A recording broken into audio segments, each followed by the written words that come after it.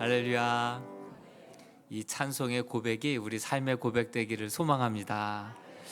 오늘은 끊을 수 없는 하나님의 사랑이라고 하는 제하의 말씀을 함께 나눌까 합니다.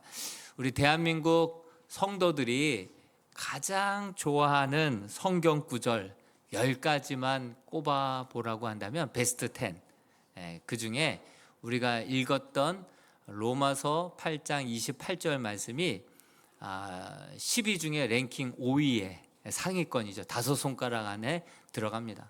성경 전체가요 31,109절이 좀 넘어가거든요. 그 중에 5손가락 안에 들어간다고 한다면 굉장히 상위 랭킹 아닙니까?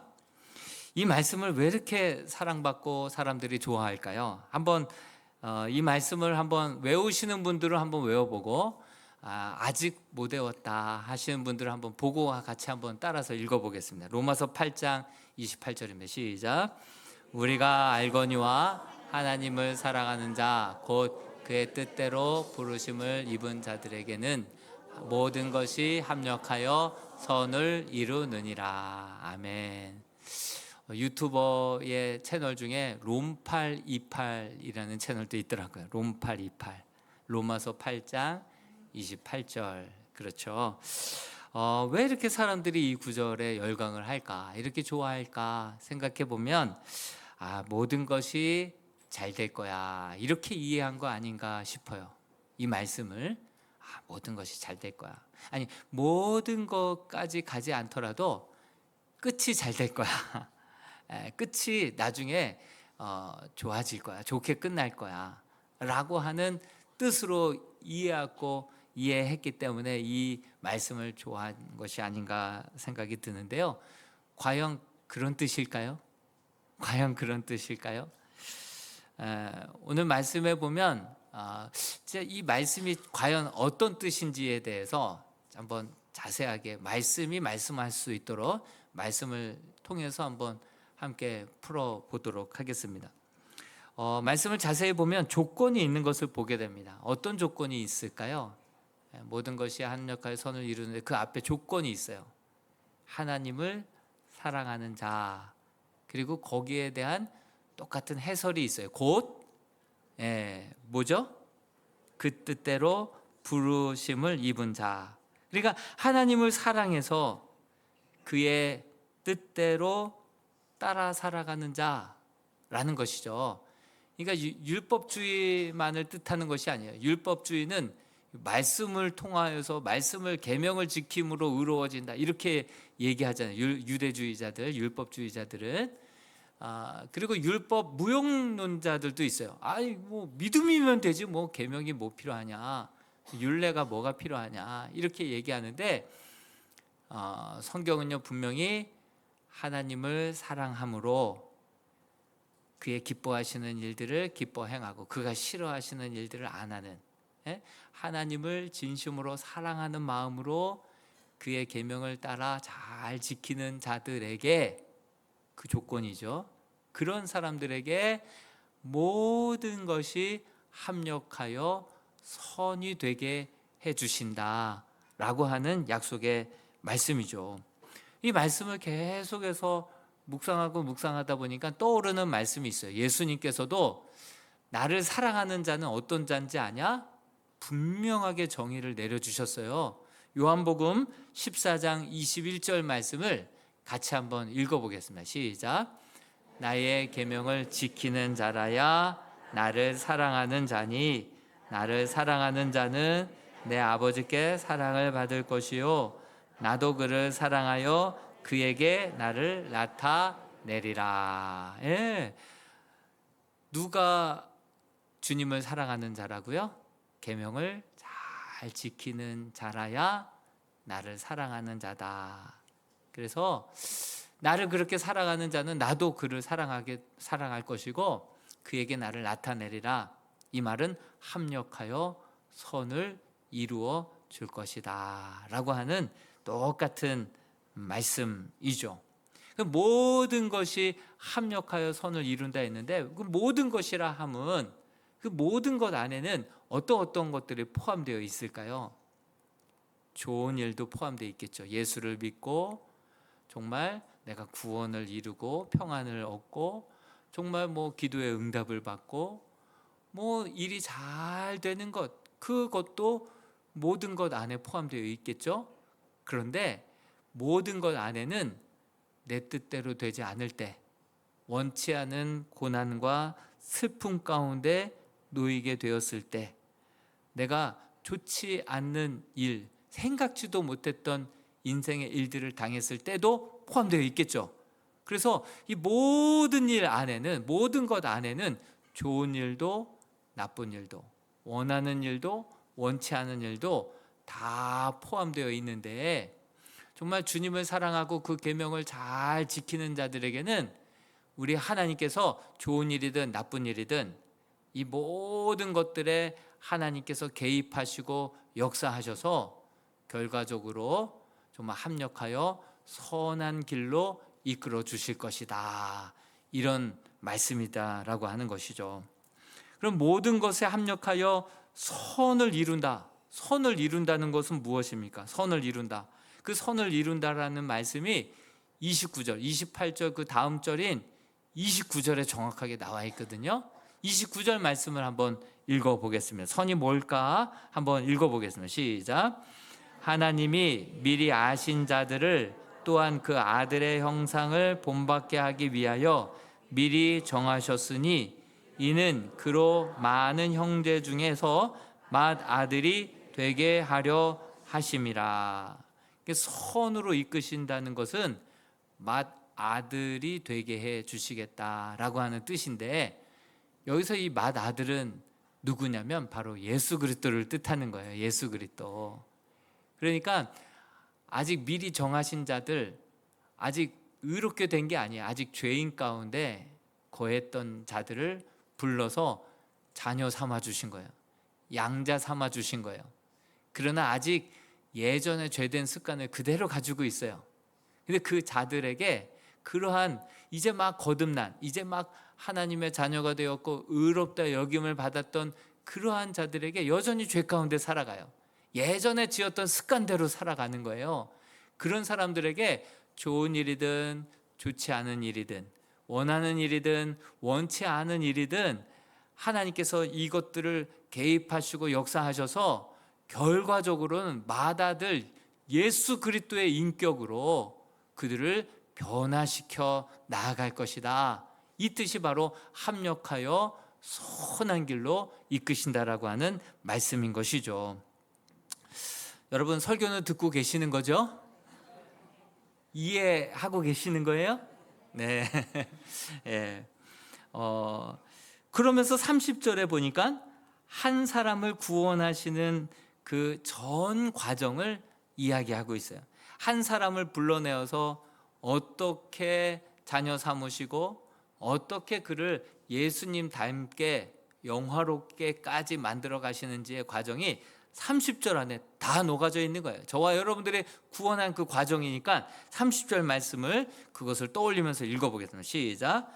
또 미리 정하신 그들을 또한 부르시고 부르신 그들을 또한 의롭다 하시고 의롭다 하신 그들을 또한 영화롭게 하셨느니라.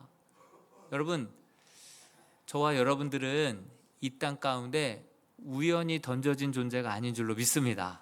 예정하신 거예요. 그 부모님의 사랑, 불장난으로 인해서 태어났다? 여러분, 우리는 던져진 인생, 우연히 이 땅에 만들어진 인생이 아니라 하나님께서 미리 예정하시고 작정하셔서 정말 우리를 정말 구원하실 그 목적을 가지고 이 땅에 보내주신 줄로 믿습니다. 예정하시사, 예정하신 자들을 부르시고, 정말 내가 지금 이 자리에 올해만 해도 올 것이라고는 생각도 못했던 분들도 와 계신 분 계시잖아요. 하나님이 부르신 거예요. 환경을 통하여서, 여건을 통하여서 하나님께서 불러주셔서 예수 그리스도를 주와 그리스도로 믿게 해주시면서 우리를 의롭다 여겨주신 거예요. 아직 죄인이에요. 아직 경건치도 않아요. 그럼에도 불구하고 의롭다 칭의 여겨주신 거예요. 여겨주신 거예요. 입양해 주신 거예요. 하나님의 자녀로 삼아주신 거예요. 그런 다음에 하나님께서는 이 모든 것을 통하여서 좋은 일, 좋지 않은 일, 인생의 정말 희노애락을 통하여서 하나님께서 그 가운데 간섭하시고 역사하셔서 아직 자격도 안 되고 의롭지도 못한 우리들을 이제는 맏아들 예수 그리스도 그 인격을 닮아갈 수 있도록 우리를 성화시켜 나아가시고 영화롭게까지 만들어 가시는 분이 하나님이신 줄로 믿습니다. 이것이 하나님의 구원 과정인 거예요. 예정하시고 부르시고 그리고 자녀로 의롭다, 내 자녀다 인쳐주시고 아직 의롭지 못한 우리들을 수많은 원하는 일, 원치 않은 일들, 이런저런 희노애락의 일들을 통하여서 하나님께서 간섭하시고 역사하여 주시사 우리에게 예수 그리스도 닮아갈 수 있도록 성화시켜 가시고 영화롭게까지 만들어 가시는 그 과정이 바로 하나님께서 우리를, 한 인간을 구원하시는 구원의 역사인 줄로 믿습니다. 여기에 내 의의가 어디 있어요? 여기에 내 자랑이 어디 있어요? 전적인 하나님의 은혜로 이 구원이 이루어졌다라고 하는 사실이죠. 그러면서 무엇이 이렇게 사람을 영화롭게까지 만드느냐? 정말 그 성 어거스틴이 항상 뭐 사생아도 낳고 부모의 기도 제목이었고 늘 근심거리였던 그 어거스틴이 성 어거스틴이 되잔 말이죠. 여러분들 올해보다 내년보다 그 이후에 정말 하나님 앞에 가는 그날 바로 직전까지 하나님께서 일하시고 쉬지 아니하시고 우리를 성화시켜 나아가시고 주님 닮아가게 만드시고 영화롭게 만들어서 주 앞에 세워주실 줄로 믿습니다. 이것이 하나님의 열심, 하나님의 구원 계획이고 방법이다라는 것이죠. 무엇이 이렇게 만드냐면 끊을 수 없는 하나님의 사랑이 우리를 이와 같이 만들어 가시는 줄로 믿습니다. 지금도 일하시고 착한 일을 시작하신 이가 그리스도 예수의 그날에 이르게까지 다 완성하실 줄로 믿습니다. 로마서 8장 37절에서는 다시 한번 이 사실을 못으로 쾅쾅쾅 받고 있는 거예요. 같이 한번 37절 말씀을 읽어볼까요? 시작.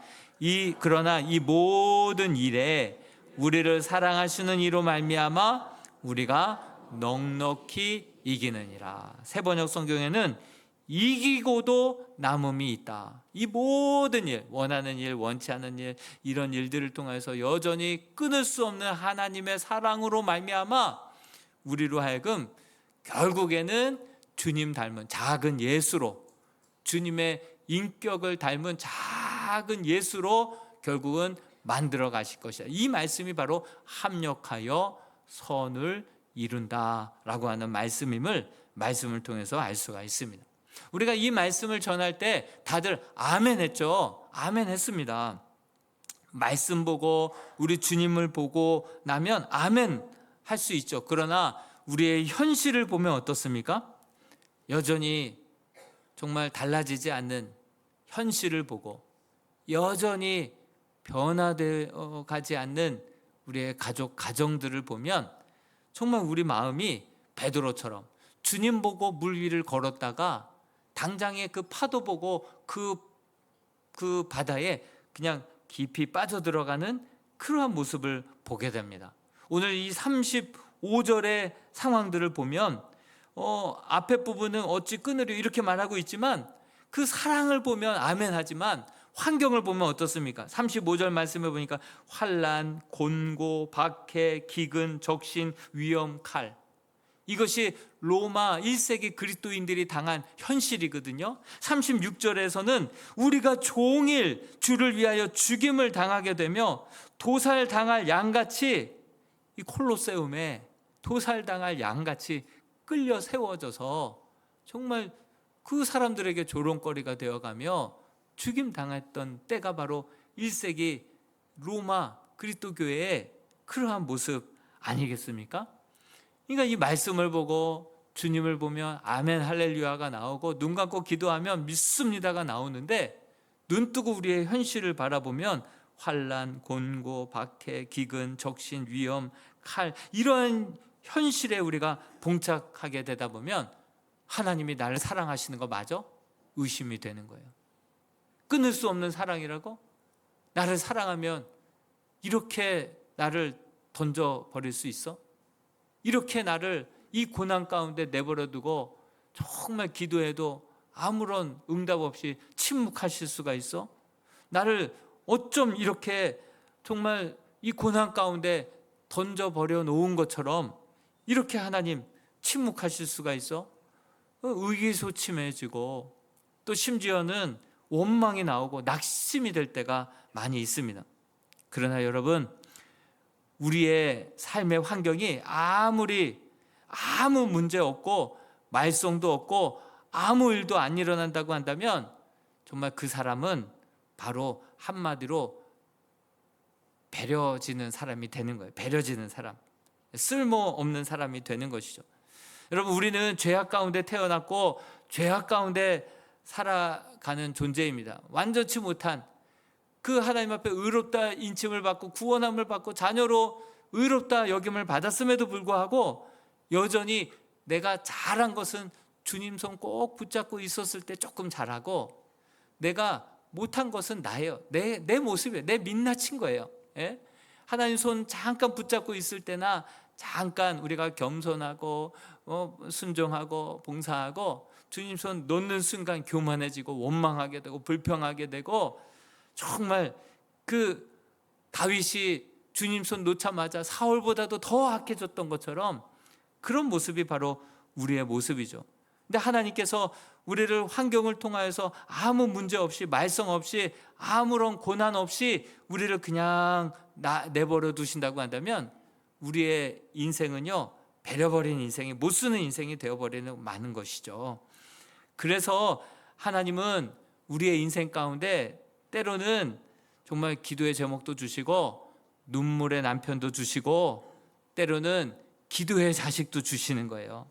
급할 때는 정말 경제적으로도 담금질, 막 뜨거운 물 차가운 물에 막 넣었다 뺐다 하기도 하시고, 정말 이 방법밖에 없을 때는 육체적인 질병을 통해서라도 그렇게 정말 주님 닮은 인격으로 만들어 가시고 구원의 길로 강권하여 이끄시고자 우리 하나님께서는 우리의 삶을 통하여서 그렇게 좋은 일뿐만이 아니라 어려운 일, 혼자 힘으로 해결할 수 없는 일들도 가끔 허락하여 주셔서 우리로 하여금 예수 닮아가는 사람, 예수 그리스도의 아름다운 고귀한 그 인격을 닮아가는 사람으로 만들어 가시는 분이 우리 하나님이신 줄로 믿습니다. 지금 나에게 주어진 환경은 나로 하여금 그리스도를 닮아가라고, 합력하여 선으로 이끄시기 위하여서 나를 그리스도 닮은 사람으로 찍어내시기 위하여서 그 판 안에, 그 벽돌을 만드는 판 안에 우리를 집어넣으시는 거예요.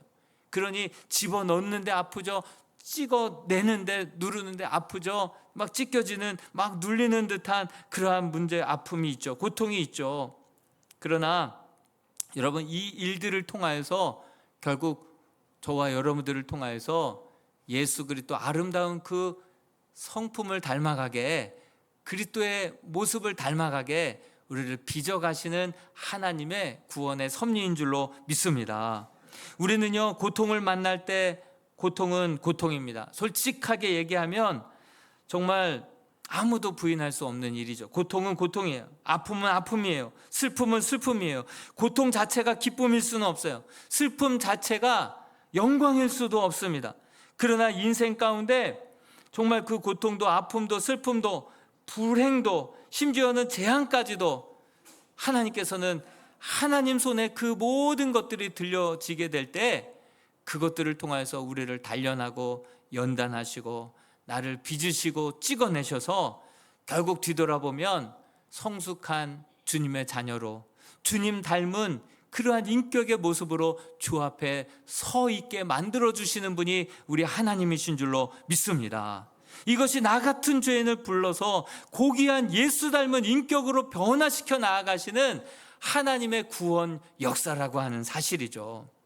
여러분, 요셉을 한번 생각해 봤으면 좋겠습니다. 요셉, 하나님이 어려서부터 꿈을 주셨잖아요. 그래서 그 볕단이 자기를 향하여서 절하는 꿈, 그 수많은 별들이 자기 별을 향하여서 그렇게 정말 경배하는 꿈, 이런 꿈을 꿨잖아요. 그것을 형들에게 막 자랑하니까 안 그래도 채색 옷을 입히고 아버지의 편애를 받았던 그 요셉을 형들이 다 미워하기 시작합니다. 이 꿈쟁이가 왔다 그러면서 미움을 받습니다. 근데 그 미움이 보통 미움이 아니에요.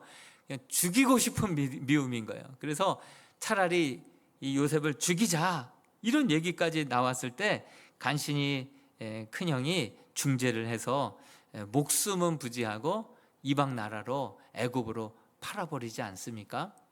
그때 아버지는 그 찢어 밝혀진 옷에 그 양의 피를 그 요셉의 피인 줄 알고 이제 아들이 들짐승에게 물려 죽었다 이렇게 슬퍼하고 있었죠. 어느덧 그렇게 팔려갔던 그 요셉은요 보디발의 집에 종으로 생활을 하게 됩니다. 그리고 그곳에서도 또 억울하게 누명을 쓰고 이제 감옥에까지 이제 들어가게 됩니다. 그 하나님 앞에 울부짖지 않았겠어요? 하나님, 제가 뭐 지은 죄가 있다면 좀 알려달라고. 근데 뭘 그렇게 잘못했냐고. 뭘 그렇게 잘못해가지고 나로 하여금 이렇게 팔려가게 만들고 종도 부족해서 지금은 죄수가 되어서 감옥에서 내일을 알 수 없는 이런 삶을 살게 하시냐고. 하나님 도대체 어디 계십니까? 하나님 도대체 나를 사랑하기나 하십니까? 하나님 도대체 나를 기억하기나 하십니까? 이런 일들은 어느 때까지이니까 숨쉬기도 어려워서 하나님 앞에 얼마나 토로하는 기도의 시간이 있었지 않았겠습니까? 그러나 하나님의 놀라우신 그 오묘하신 섭리, 그를 통하여서 꿈을 주시고 그를 통하여서 목적했던 것들을 결국 그 고난을 통하여서 이루시사 바로 그 요셉을 애굽의 총리가 되게 만들어 주시지 않았습니까? 그의 꿈, 하나님의 목적을 이루기 위하여서 그는 이유를 알 수 없었지만 그 고난을 주시고 정말 끝을 알 수 없는 연단을 주셔서 결국 그를 통하여서 이스라엘을 구원하게 하시고 많은 열방을 구원하게 하시고 애굽의 총리가 되게 하신 거 아니겠습니까?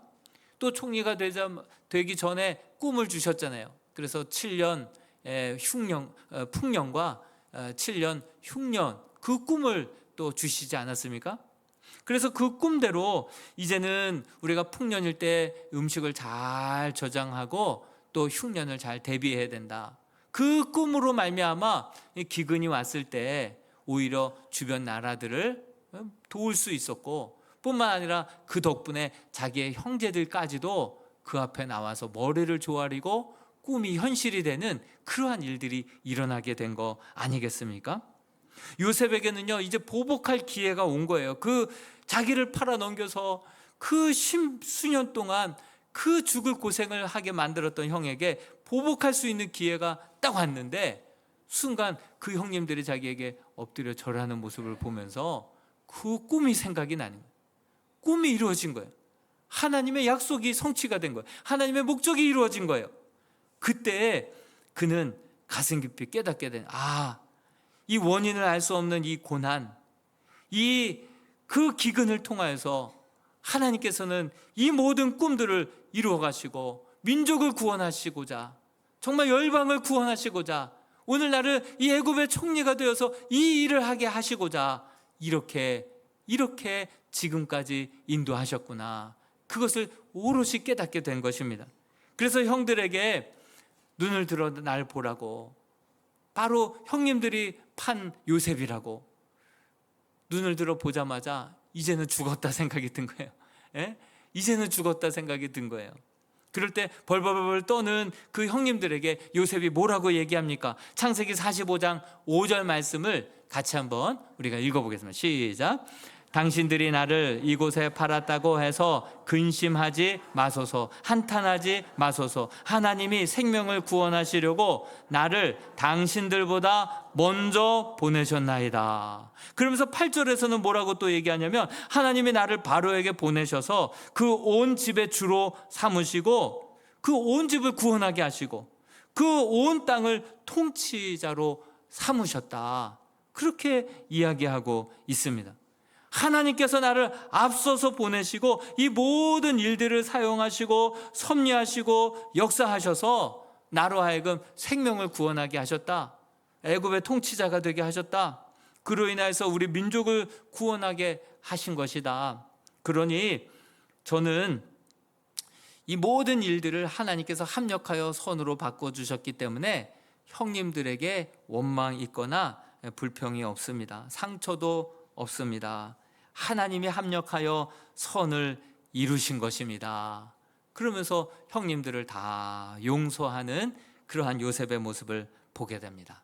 여러분, 이 사도 바울은요, 그 이후에 5가지 질문을 던져서 어떤 상황 속에서도 끊을 수 없는 하나님의 사랑을 붙들고 있다 보면 정말 내가 원하는 일, 원치 않는 일, 생각지도 못했던 일, 이 모든 일들을 통하여서 결국 우리를 예수 그리스도의 인격 닮아가게 만들 것이다. 이 끊을 수 없는 사랑, 그것을 놓지 말고 그 한순간도 그 주님에게서 시선 떼지 말라고 5가지 질문을 던지고 있습니다. 첫 번째 질문이 무엇입니까? 그런즉 이 일에 대하여 우리가 무슨 말하리요? 이런 안경을 끼고 구원의 역사에 그 안경을 끼고 본다면 더 이상 우리가 무슨 말하리요? 무슨 말 하겠습니까? 이 놀라운 구원의 하나님의 역사에 은혜입니다. 하나님의 은혜입니다. 모든 것을 합력하여 선으로 바꾸시는 하나님의 은혜였습니다. 이렇게 우리는 고백하고 찬송할 수밖에 없는 것이죠. 두 번째로, 하나님이 우리를 위하시면 누가 우리를 대적하리요? 풍랑을 보지 말고 끊을 수 없는, 여전히 붙잡고 계시는 그 하나님의 손길을 보라. 하나님이 우리를 위하시면, 하나님이 우리를 붙잡고 계시면 누가 우리를 대적하리요? 무엇을 더 이상 두려워하리요? 그렇게 질문을 하면서 풍랑만 보지 말고, 우리에게 닥쳐진 이 고난만 보지 말고 정말 눈을 들어 우리 주님을 바라보라고, 주님의 끊을 수 없는 사랑을 바라보라고 우리에게 말씀해주고 있습니다. 실제로 루터가 종교 개혁을 단행하고선 그 거대한 그 종교단체이고 세력이고 권력이잖아요. 그 캐톨릭과 혼자 싸운다는 것이 싸움이 됩니까? 싸움이 됩니까? 그러니 이제 자칫 발만 잘못 디뎌도 죽을 수밖에 없는 그런 상황 속에서 아주 극도로 불안해하고 포기하고 싶을 때마다 옆에서 멜랑이톤이라고 하는 친구가 항상 이 말씀을 들어서 루터를 격려했다고 하죠. 하나님이 우리를 위하시면 누가 우리를 대적하리요? 하나님이 우리를 붙들고 이 일을 시작했으니 하나님께서 이루실 거라고. 그러면서 계속해서 그를 격려하자 결국 종교개혁이 성공으로 마치 넉넉히 이기게 하신 분이 하나님이신 줄로 믿습니다. 바울 때도 마찬가지예요. 로마의 1세기 그리스도 교회에다가 보낸 편지 아닙니까? 황제 숭배 사상이라고 하는 황제를 등에 업고 그렇게 예수 믿는 사람들을 콜로세움의 사자들의 밥으로 막 그렇게 몰아세웠던 그런 때 아닙니까? 그럼에도 불구하고 하나님이 우리를 붙들고 계시면 누가 우리를 대적하려? 그 믿음을 가지고 나아가다 보니까 결국은 로마까지 기독교 역사로 바꾸어 버린 그러한 교회, 그러한 성도 아니었습니까? 이 말씀은 지금도 저와 여러분들에게 유효한 말씀인 줄로 믿습니다. 하나님이 우리를 위하시면 내가 무엇을 두려워하리요? 누가 우리를 대적하리요? 이 믿음으로 넉넉히 이기고도 남는 역사가 있게 되기를 주님의 이름으로 축복합니다. 또한 세 번째 질문이 무엇입니까? 자기 아들을 아끼지 않고 우리에게 모든 것을 위하여 내어주시니가 어찌 그 아들과 함께 모든 것을 우리에게 주시지 않겠느냐? 우리가 경제적인 어려움을 통해서 주께 나왔어요. 경제적인 어려움 아니었으면 내가 주께 나올 수도 없어요. 상실의 아픔 아니었으면 내가 주께 나올 수 없었어요. 그런데 그렇게 해서 주님을 알게 되고 만나게 되었다고 한다면 우리 주님께서, 하나님께서는 독생자 하나밖에 없는 아들을 우리에게 내어주시기까지 우리를 사랑하셨는데 그 어떤 것도 더 채워주시지 않겠느냐? 우리의 마음을 비우고 온전히 회개하고 깨끗한 그릇으로 주 앞에 올려드릴 때 우리 하나님께서는 정말 독생자 아들 하나까지도 아끼지 않고 내어주셨던 그 하나님께서는 우리에게 깨끗한 그릇 위에 하나님만이 주실 수 있는 은혜들로 가득 차고 넘치게 채워주시는 분이 우리 하나님이신 줄로 믿습니다. 네 번째, 다섯 번째 질문이 무엇입니까? 누가 능히 하나님께서 택하신 자들을 감히 고발하리요? 누가 감히 그들을 정죄하리요? 이렇게 말하고 있습니다. 여러분, 탕자가 돌아왔을 때 아버지의 가산을 다 탕진하고 빈털터리로 왔잖아요. 동네 사람들, 그 동네를 지나갈 때마다 사람들이 쯔쯔쯔쯔쯔 혀 차는 소리가 들려요. 근데 아버지가 달려 나와요. 내가 괜찮다는데, 내가 내 아들로 다시 삼아주고, 내 재산의 반까지 다 탕진하고 왔던 내가, 당사자인 내가 괜찮다고 하는데, 내가 아들로 받아들이는데 너희들이 뭐 손가락질이냐고. 그러면서 마을 잔치를 벌여버려요. 누가 그를 정죄하려? 그 누가 그를 대적하려? 종 중에 하나로만 여겨져도 감지덕지지하고 돌아왔지만 종 이상으로, 아니 그 아버지의 그 말을 한 번도 어기지 않았던 그 형님 그 이상으로 아버지의 기쁨이 되고 아버지의 뜻을 쫓고 아버지의 곁에서 항상 마지막 눈을 감을 때까지 지켜주었던 아들이 바로 돌아온 탕자였을 줄로 믿습니다. 이렇게 우리를 모든 일들을 통하여서 좋은 일, 안 좋은 일, 생각지도 못했던 원치 않았던 일들까지도 하나님께서 개입하여 주셔서 우리로 하여금 정말 주님의 자녀답게, 그리스도인답게 주님의 인품 닮아가도록 만들어서 구원을 이루어 가시는 분, 합력하여 선을 이루시는 분이 우리 하나님이신 줄로 믿습니다. 그 하나님 안에서 끊을 수 없는 그 하나님의 사랑 붙들고 넉넉히 승리할 수 있는 우리 모든 이람의 성도들 될 수 있기를 주님의 이름으로 축원드립니다. 같이 한번 기도했으면 좋겠습니다. 여전히 말씀을 들을 때는 아멘 했지만 우리의 현실은